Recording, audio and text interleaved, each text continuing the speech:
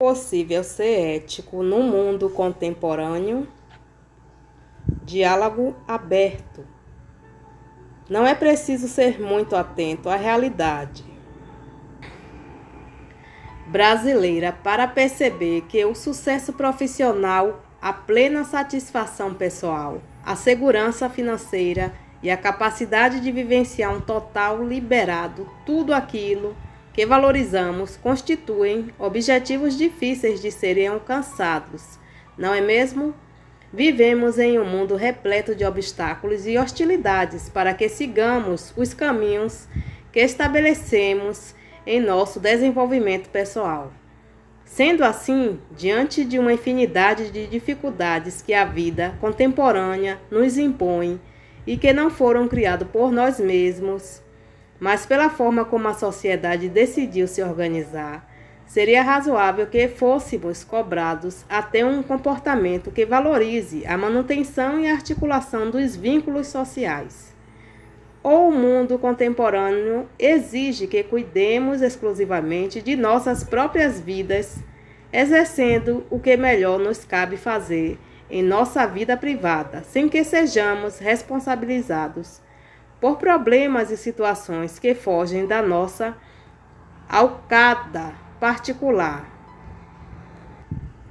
Se a competição para obter uma vaga na faculdade e depois um emprego satisfatório é intensa, cada um deve pensar no que é bom para a sociedade ou apenas assegurar o próprio crescimento pessoal. Se o indivíduo não determina diretamente os rumos da sociedade, por que deveria assumir a responsabilidade de alertar sobre os erros que eventualmente a coletividade produz?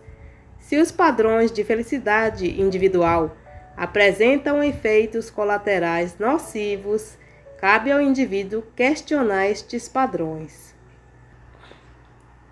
As respostas a essas perguntas exigirão análise de alguns elementos de nosso regime econômico, investigando preceitos do sistema capitalista, bem como demandarão reflexões sobre o que podemos entender por liberdade e responsabilidade nos tempos atuais. Ainda será interessante investigar como os padrões de consumos vigentes se relacionam com o ambiente em que vivemos e como esse mesmo ambiente se depara com nossas novas possibilidades de intervenção humana em seu funcionamento. Não pode faltar, prezado aluno, alguns temas relacionados à vida e organização coletivas tendem a levantar polêmicas acaloradas em nossas discussões de rotina e mesmo nos mais elevados níveis de debates acadêmicos e políticos. O sistema capitalista seguramente está incluído nessa lista. Sobretudo, em momentos de crise econômica ou política, costumamos ouvir que certos problemas são resultados de um regime capitalista desumano, ou ao contrário, que são as tentativas de limitar o funcionamento capitalista, as causas dos problemas brasileiros. De qualquer forma, análise seria sobre o Brasil, tende a incluir o país na relação de países capitalistas. Quando falamos de capitalismo, temos de reconhecer que esse sistema econômico, político e social se apresentou de diferentes formas desde suas primeiras manifestações, ainda de modo incompleto, na Europa Ocidental do século XIX, até se tornar o regime predominante no mundo atual e aplicado em nosso país.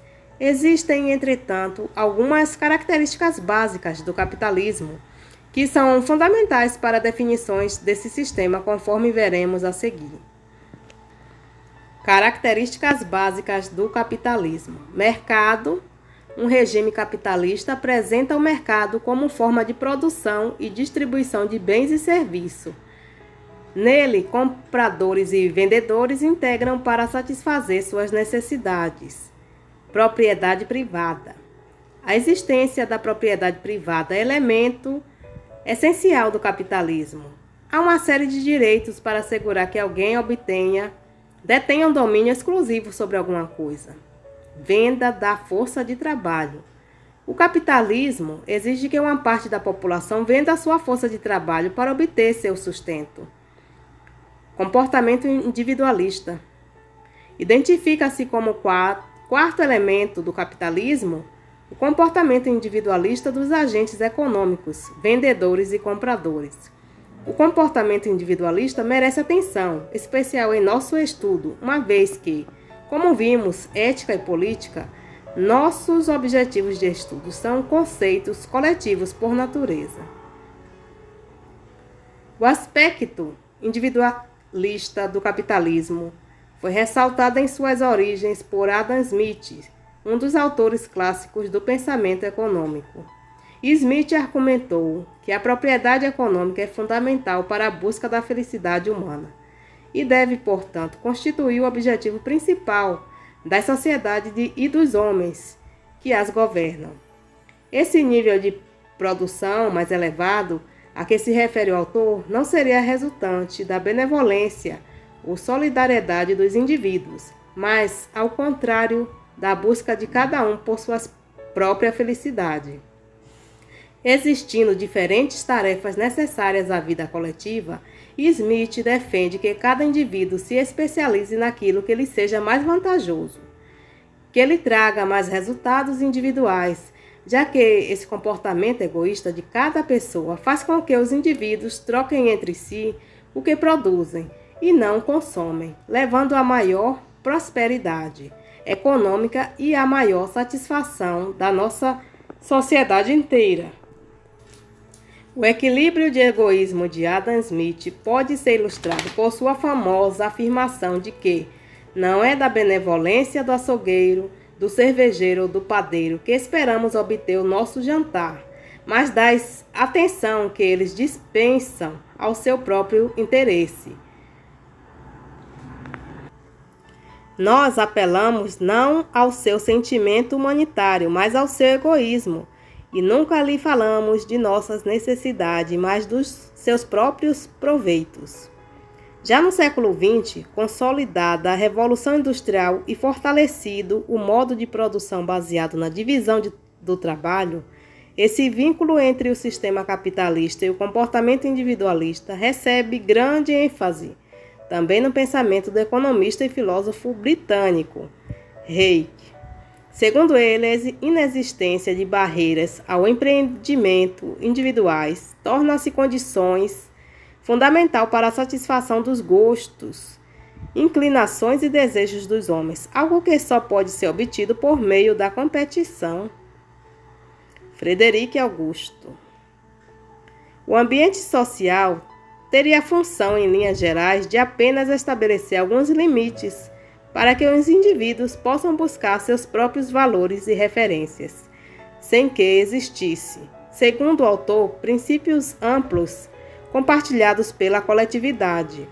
Assim, Hayek defende são esses reconhecimentos do indivíduo como juiz supremo dos seus próprios objetivos e a crença de que suas ideias deveriam governar-lhe, tanto quanto possível a conduta que formam a essência da atividade individual, fazendo com que a consciência individual seja a única orientação da atividade humana.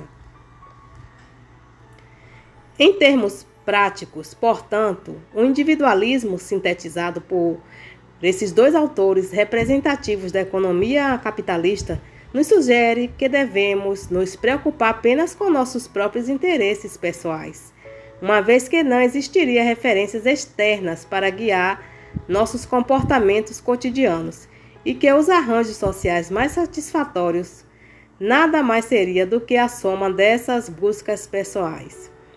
Essa perspectiva, popularmente resumida na frase "cada um cuida da sua vida", reduziria a importância e a aplicabilidade de orientações coletivas para a compreensão e a melhoria de nossa sociedade, a exemplo da ética e da política. Entretanto, a análise mais aprofundada desses argumentos e da própria realidade em que vivemos levanta limites para a classificação do individualismo como fator exclusivo da ação e da organização humana, conforme veremos a seguir. De imediato, podemos perceber que a competição individualista tende a apresentar profundos efeitos sociais negativos.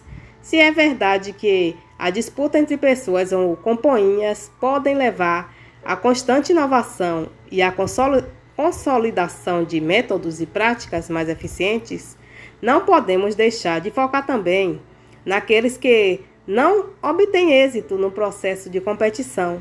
Nesse contexto, torna-se pertinente a ponderação feita pelo economista Paul Singer. A apologia da competição chama a atenção apenas para os vencedores. A sina dos perdedores fica na penumbra. O que acontece com os empresários e empregados das empresas que quebram? E com os pretendentes que não conseguem emprego? Ou com os vestibulandos que não entram na universidade? Em tese, deve continuar tentando competir para ver se sai melhor da próxima vez. Mas na economia capitalista, os ganhadores acumulam vantagens e os perdedores acumulam desvantagens nas competições futuras. Empresários falidos não têm mais capital próprio e os bancos lhe negam crédito exatamente porque já fracassaram uma vez. Pretendentes a empregos que ficaram muito tempo desempregados têm menos chances a serem aceitos, assim como os que são mais idosos. Os reprovados em vestibular precisarão se preparar melhor, mas como já gastaram seu dinheiro fazendo cursinho, a probabilidade de que o consiga é cada vez menor. Tudo isso explica porque o capitalismo produz desigualdade crescente, verdadeira polarização entre ganhadores e perdedores. Vantagens e desvantagens são legadas de pais para filhos e para netos. Os descendentes dos que acumularam capital, o prestígio profissional, artístico, etc., entram na competição econômica com nítida vantagem em relação aos descendentes dos que se arruinaram, empobreceram e foram socialmente excluídos, o que acaba produzindo sociedades profundamente desiguais. A valorização exagerada do indivíduo e a consequente negação dos vínculos coletivos do ser humano desprezam o surgimento de problemas generalizados que dificultam o funcionamento da sociedade e assim afetam todos os indivíduos, ainda que em diferentes graus. O desemprego, a desigualdade social e a violência, por exemplo, são problemas sociais que podem estar vinculados aos efeitos nocivos de uma competição individualista extrema, exigindo novas formas de se pensar nossa realidade que incluam considerações de cunho coletivo.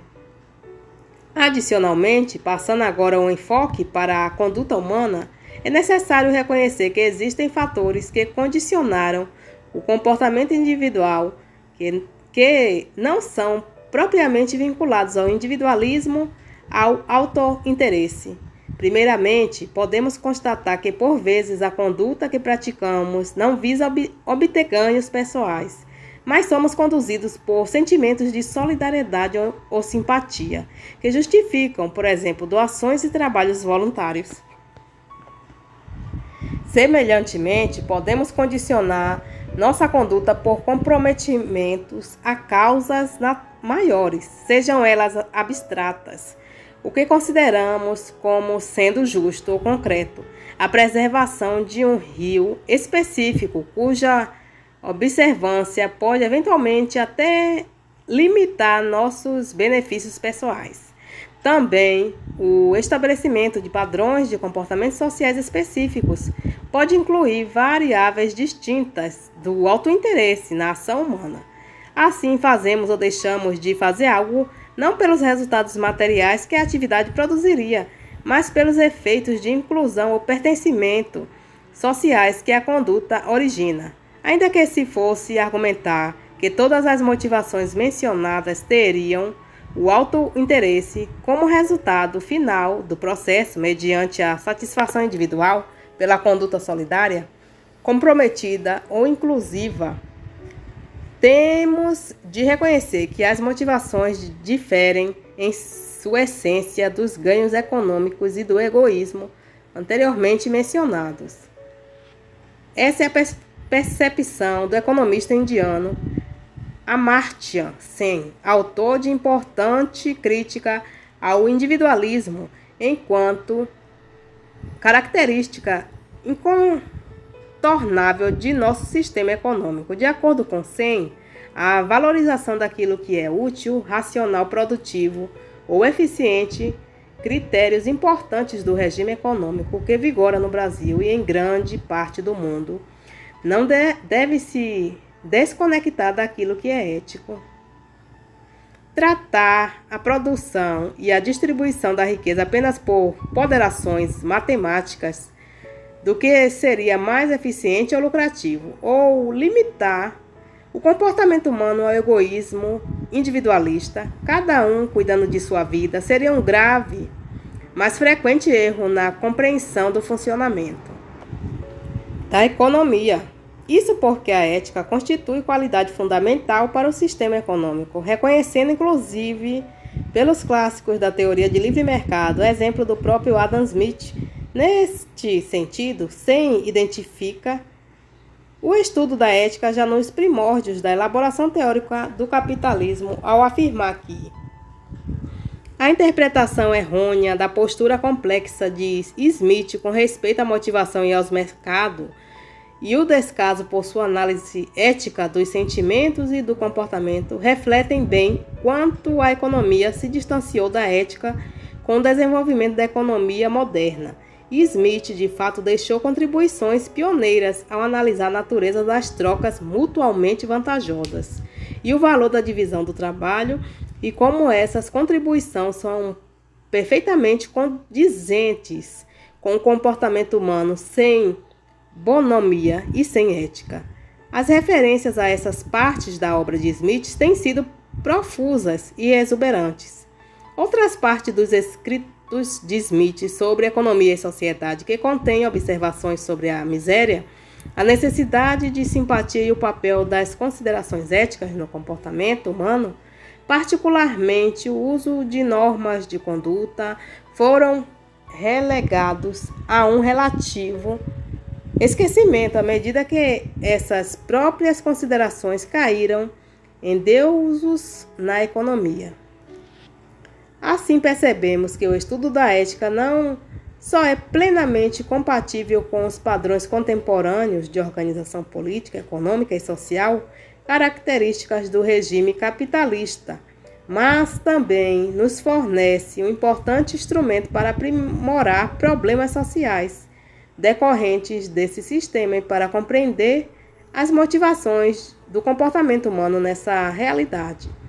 Uma das consequências imediatas da afirmação da ética como valor indispensável no mundo contemporâneo é a necessidade de pensarmos, então, como o indivíduo se insere na rede de relações sociais que forma a nossa coletividade. Em outras palavras, já que o ditado popular "cada um cuida da sua vida", como vimos, não se aplica de modo absoluto à nossa realidade contemporânea. Como devemos cuidar da relação entre o indivíduo e a sociedade? Nesse estudo, os ensinamentos da filósofa Hannah Arendt mostram-se extremamente enriquecedores, na medida em que o vínculo entre o ser humano e a coletividade que o cerca impõe características específicas ao desfrute de sua liberdade e ao exercício de sua responsabilidade. Segundo Arendt, em meio a esse contexto de afirmações do sistema capitalista que se prolonga do século XVIII ao XX, o conceito de liberdade passa a refletir valores e perspectivas liberais, concentrando-se em aspectos da vida privada dos seres humanos. Tais objetivos privados podem ser compreendidos nas discussões do presente estudo como sendo aquelas atividades voltadas à satisfação de objetivos e necessidades estritamente pessoais diferentes, portanto, de outras práticas focadas na atuação da vida pública. a qual leva em conta que definição considerações que vão além dos interesses de um único indivíduo. Desse modo, o exercício da liberdade sobre a perspectiva privada está vinculado à busca constante pelo acúmulo de riqueza ou ao consumo desenfreado, bem como ao usufruto do livre-arbítrio e dos direitos civis específicos da esfera particular em linha com o individualismo já mencionado. O homem passaria a reduzir sua vida a um ciclo de trabalho árduo que o permite exercer essas práticas individualistas, apresentando um comportamento automatizado e superficial, no qual a exploração e a insatisfação pessoal se tornaria constante. Crítica a tal perspectiva, Arendt apresenta uma compreensão da liberdade inteiramente oposta a esse modelo, vinculado o conceito ao pleno exercício de práticas públicas. Como os homens nascem livres para estabelecer diversas relações entre si, organizando sua vida coletiva, existe uma ligação inesperável entre a liberdade e a política, e o campo onde a liberdade passa a ser desenvolvida deixa de ser a esfera particular, tornando-se o espaço público.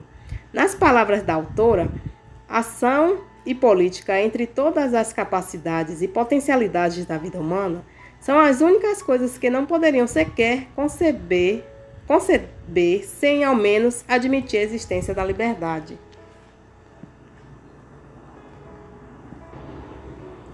A classificação da liberdade enquanto ação política ressalta a potência que existe nesse valor, uma vez que estimula a ação conjunta que decidirá sobre coisas de interesse comum, estabelecendo constantemente novas formas de construir a realidade.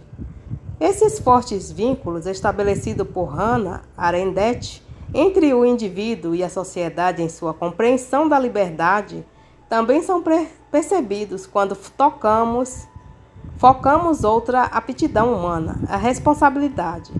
Assim como rejeita o isolamento individual do cada um cuidar da sua vida, a percepção arendtiana sobre a responsabilidade nega também a ideia frequente em nossa sociedade de que não dispomos de condições para avaliar a justiça ou a injustiça da conduta alheia, ou em termos rotineiros, o quem sou eu para julgar o que ele faz.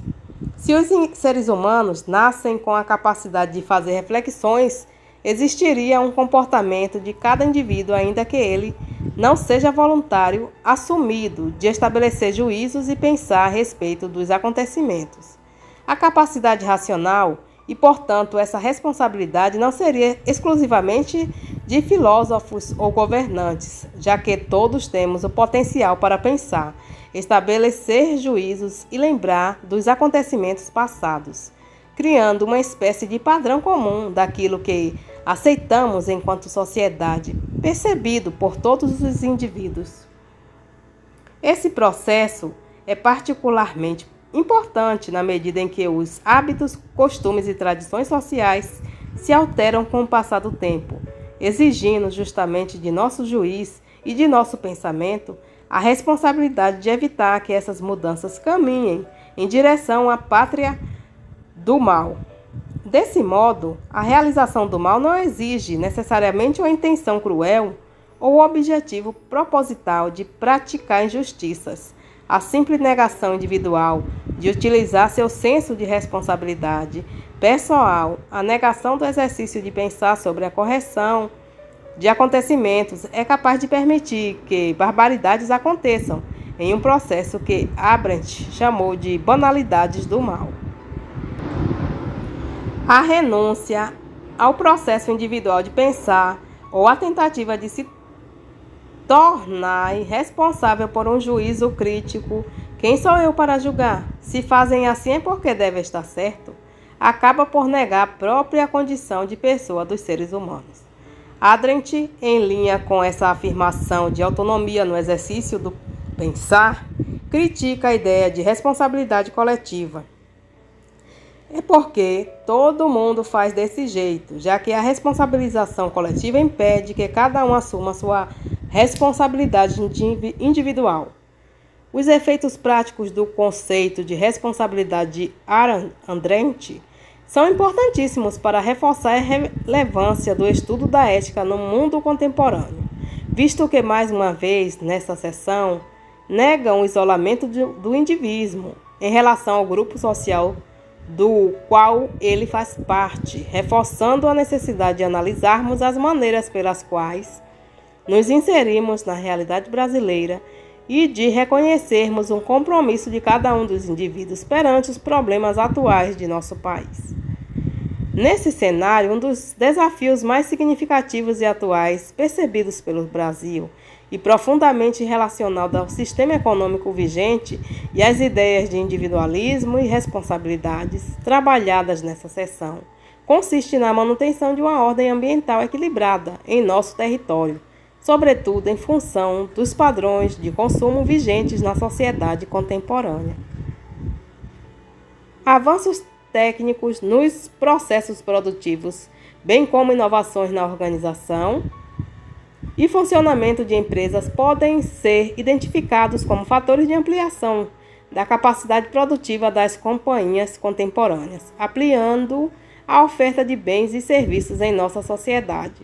Do lado dos consumidores, a multiplicação de necessidades materiais, sejam elas reais ou imaginadas, para a satisfação de uma infinidade de tarefas rotineiras, além do significado que coletiva individualmente damos para a aquisição de novos produtos, tende a estimular a demanda por bens e serviços em uma economia. O resultado do encontro dessas duas tendências podem ser defendidos como o fortalecimento do consumismo, enquanto o conceito de consumo expressa majoritariamente a aquisição de um bem ou de um serviço para satisfazer uma necessidade. A ideia do consumismo, por sua vez, revela a insatisfação desse processo, atingindo níveis elevados de compra que nem sempre apresentam uma utilidade real ou relevante. Assim, o consumismo pode ser ilustrado pela aquisição frequente de produtos desnecessários, pela obtenção de bens ou serviços que simbolizam um status elevado na sociedade em que vivemos, artigos de luxo, por exemplo, ou pela compulsão por comprar como forma de compensar algum sofrimento, sentimento desagradável. Do lado da oferta, o consumismo pode ser estimulado pelo reforço que a publicidade fornece ao prazer ou prestígio de uma compra, pela criação constante de novas necessidades materiais ou do sentimento de necessidade, e mesmo pela produção proposital de bens com prazo reduzido de utilização, que quebrarão ou se tornarão ultrapassados brevemente, exigindo novas compras, a chamada obsolescência programada. Seja como for, o comportamento consumista causa profundos impactos ao meio ambiente em que vivemos, seja porque os recursos naturais são utilizados na produção desses bens e serviços, na condição de insumos do processo produtivo, seja porque seu consumo produziria resíduos ou descartes prejudiciais ao ambiente. Os impactos ambientais podem ser considerados externalidades negativas da dinâmica econômica, isto é, efeitos não propositais de uma atividade econômica que acabam afetando, nesse caso, negativamente, pessoas que sequer participaram dessa atividade. Assim, quando uma fábrica polui o ar de uma cidade inteira, ou quando nossos carros produzem fumaça que contribui para essa poluição, percebemos mais uma vez que nosso comportamento individual não se desenvolve de modo separado da vida coletiva, reforçando a necessidade de mantermos padrões éticos, também no que se refere aos indivíduos de consumo, que desejamos enquanto indivíduos e sociedade. A aplicação dessa ética no campo ambiental pode sugerir, por exemplo, a consolidação da reciclagem enquanto prática habitual no Brasil, o compartilhamento de bens e serviços que reduz os custos ambientais da carona, dividir eletrodomésticos de uso esporádicos com vizinhos ou familiares, o estabelecimento de clubes de trocas de produtos usados ou mesmo a simples manutenção ou conserto de bens, evitando novas compras. Nesse mesmo sentido, ética e meio ambiente apresentam um importante ponto de convergência em um dos campos mais representativos da evolução tecnológica da contemporaneidade, a bioética, o avanço nas pesquisas científicas envolvendo campos da biologia e da medicina, apresenta inegáveis benefícios para a humanidade, na medida em que nos permite solucionar questões que há tempos impunham obstáculos ao desenvolvimento humano. Por exemplo, a criação de vacinas e novos tratamentos auxilia no combate a doenças graves, a melhora no cultivo de vegetais ou na redução dos alimentos constitui um aliado no combate à fome.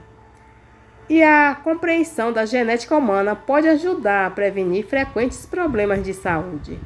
Entretanto, o domínio de tecnologias antes inéditas amplia o potencial de intervenção do homem sobre a natureza, possibilitando a realização de novas atividades cujos resultados ainda são incertos, tanto do ponto de vista biológico quanto de uma perspectiva dos efeitos sobre convivência e organização de nossa sociedade.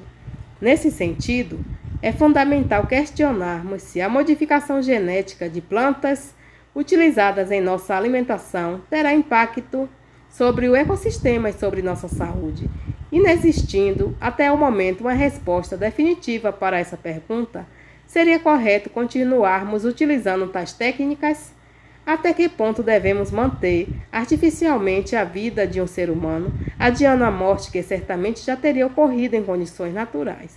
Se o aumento da expectativa de vida do homem causar pressões sobre o meio ambiente, seria justo continuarmos desenvolvendo tecnologias para retardar a morte humana?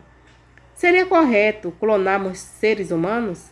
A alteração genética de embriões, determinando características físicas do bebê que vai nascer, poderia aumentar o racismo em nossa sociedade. Se sabemos que uma doença é incurável, seja justo reduzir o sofrimento do paciente, antecipando sua morte? Desse modo, para além do que dispomos de tecnologia para fazer, devemos manter a discussão sobre o que seria efetivamente correto fazer. Assim, a bioética pode ser compreendida com um campo de estudos que se utiliza de conceitos da filosofia, sociologia, psicologia, antropologia, entre outras áreas, para estabelecer juízos éticos a respeito da utilização de novas tecnologias nas áreas da ciência da vida.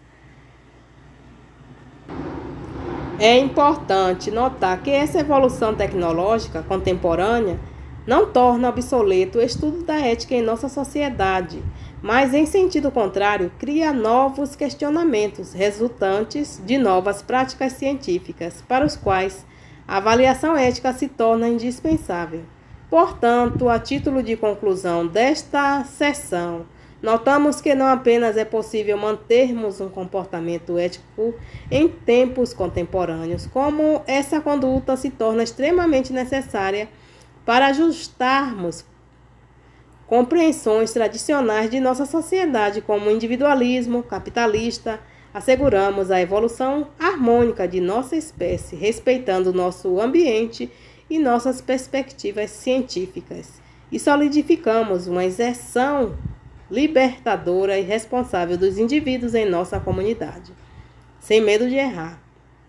Caro aluno, se analisarmos com cuidado as perguntas que deram início aos estudos dessa sessão, constatamos que os problemas observados têm em comum o estabelecimento de uma relação de oposição, se contraste entre a busca de ganhos individuais e as necessidades coletivas de uma sociedade. Nesse sentido, pareceria inaviável que, no mundo contemporâneo, assumíssemos individualmente um comportamento baseado na valorização dos laços sociais e no aprimoramento da vida coletiva. Temas essenciais à conduta ética. A necessidade que a realidade nos impõe de progredirmos individualmente deixaria em segundo plano, nessa situação de contraste entre a pessoa e o grupo, os preceitos de uma vida ética. Entretanto, como vimos, a afirmação da esfera individual não exige necessariamente a negação da vida coletiva e vice-versa, mas existem vínculos de complementaridade que possibilitam que esses dois campos se afirmem mutualmente. Sobre a lógica econômica do capitalismo, percebemos que o individualismo não é fator único de motivação individual. Por vezes é justamente a consideração de aspectos coletivos que orienta a conduta individual. Ainda identificamos que o autointeresse não produz sempre o bem-estar coletivo, sendo necessário mais uma vez o reconhecimento de juízos éticos para que indivíduos e sociedade progridam de modo simultâneo. Quando assumimos as compreensões de Hannah Arendt para os valores da liberdade e da responsabilidade, também evitamos a relação de oposição entre a esfera privada e a vida pública.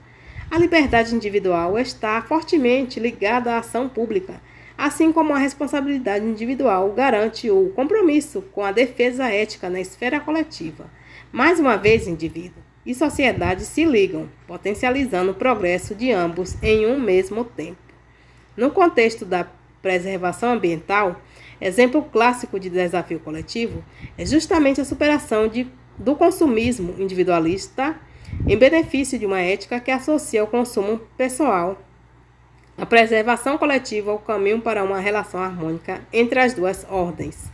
Tal perspectiva é mantida no campo da bioética, na medida em que as novas tecnologias, longe de se afastarem do saber ético, buscam nesse campo de estudos parâmetros para adaptarem as inovações científicas aos valores que regem a sociedade. Assim, percebemos que a sustentação de uma perspectiva humanista das atividades cotidianas baseadas na ética não só demonstra que é possível ser ético no mundo contemporâneo, mas que é necessário manter a ética enquanto diretrizes de nossas vidas individuais e coletivas.